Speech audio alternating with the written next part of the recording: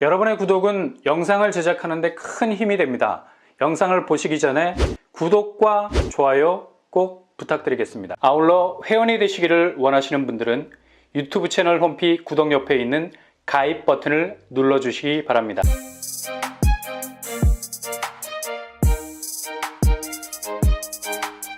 안녕하세요. 빰바람 복덕바입니다. 오늘 서울 아파트에서 2억짜리 마이너스 P가 떴습니다. 이거 충격적인 사건이라 봐야죠. 서울 아파트는 그냥 깃발만 꽂아도 아무리 입지적인 핸디캡이 있는 곳이라도 마피는 생각조차 할 수 없는 곳이었거든요. 그러나 최근 이런 상식적인 상식은 여지없이 와르르 무너지고 있는 상황입니다. 마이너스 P는 집을 팔려고 할 때 최초 분양가보다 싼 값에 내놓는 걸 말하죠. 이건 그냥 집주인 입장에선 억장이 무너지는 겁니다. 오죽하면 이런 가격대로 내놓겠습니까? 이런 데는 집주인들이 더 이상의 하락세를 방어하기 어려우니까 일종의 테러를 구축하는 겁니다. 일단 마이너스 P로 뜨게 되면 매매가로만 퉁을 치기 때문에 최초 진입시에 들어갔던 확장비, 옵션비, 세금 등등 실질적으로 들어간 금액이 차감된 가액이죠. 한마디로 금전적인 손실은 더 큰 겁니다. 그러니 손실이 이만저만 아닌 거래죠. 그래도 팔고 나가는 자가 최후의 승자라는 말이 돌 정도로 지금의 하락세는 양극화를 넘어서 거의 차별화로 가고 있을 정도입니다. 이 와중에도 프리미엄을 안고 가는 곳이 있는 반면에 족족 마피로 빠지는 곳도 있고요. 그냥 양극단으로 물량이 나뉘어지는 차원이 아니라는 얘기죠.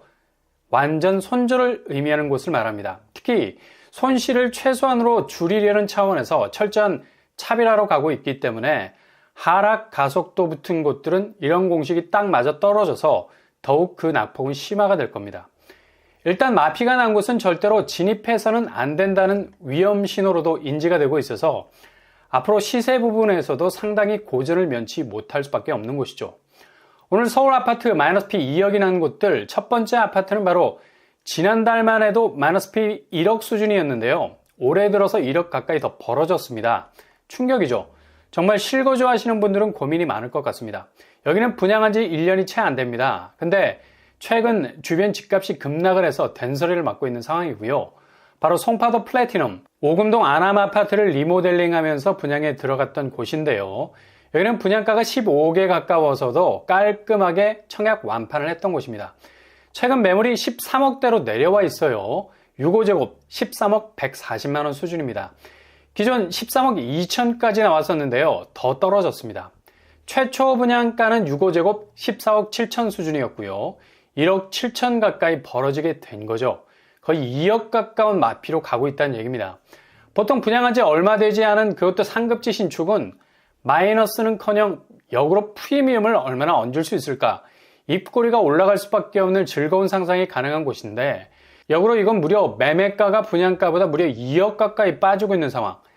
최근에 서울에서 마이너스 P를 찍은 곳들은 대부분 주거 형태가 약세장 속에서 경쟁력이 조금 딸리는 곳들이었죠. 빌라, 오피스텔 등등등 약세장 속에서 맥을 못 추고 분양가보다 낮은 매매가로 어떻게 해서든 팔고 나가려고 아우성이었습니다.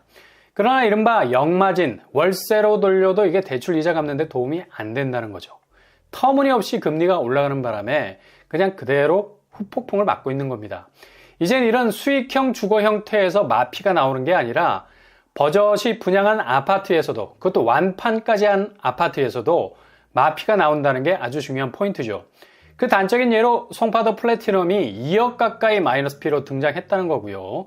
이건 앞으로 서울 집값 하락세가 그래도 실수요자 입장에서 접근이 가능할 만한 수준의 분양가로도 돌아갈 수 있는 분기점이 될 수 있다는 선행지표가 될 수도 있고요.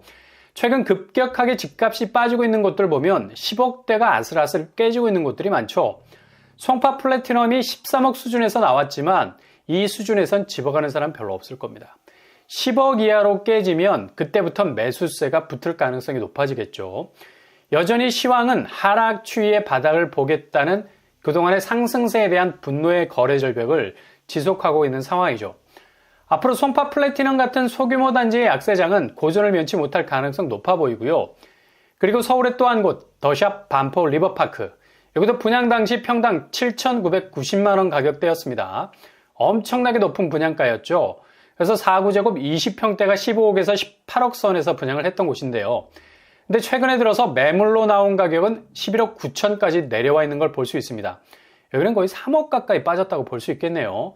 엄청난 마이너스 P를 보이고 있습니다. 더샵 반포 리버파크도 소규모 단지입니다. 역시 마이너스 P는 규모 골라가면서 직격을 하고 있는 걸 볼 수 있죠. 대장단지의 약세장이 아무리 모래성 같아 보이는 요즘이라도 역시 규모 면에서 받쳐주지 못하면 고전을 면치 못하게 되는 건 분명한 사실이고요. 그리고 또 한 곳, 여기는 개포 쪽입니다. 개포 자이른의 분양 당시 금액이 전용 50제곱이 11억 8천 정도 수준이었는데요. 최근 9억짜리 매물이 등장을 했다고 합니다. 거의 2억 8천, 3억 가까이 빠지고 있는 걸 볼 수 있죠. 여기도 역시 입지는 상급지인데 규모는 소규모 단지라는 핸디캡을 극복하지 못하고 있는 걸 볼 수 있죠. 이렇게 상급지 중에서도 소규모 단지들에서 마이너스 P가 나오게 되면 이후 그 이하의 등급의 아파트들 하락세는 더욱 동요할 수밖에 없는 거고요. 이후 분양가보다 낮은 매매가로 나오는 마이너스 P는 서울에서도 더욱 자주 등장하는 일들이 많아질 것으로 보입니다.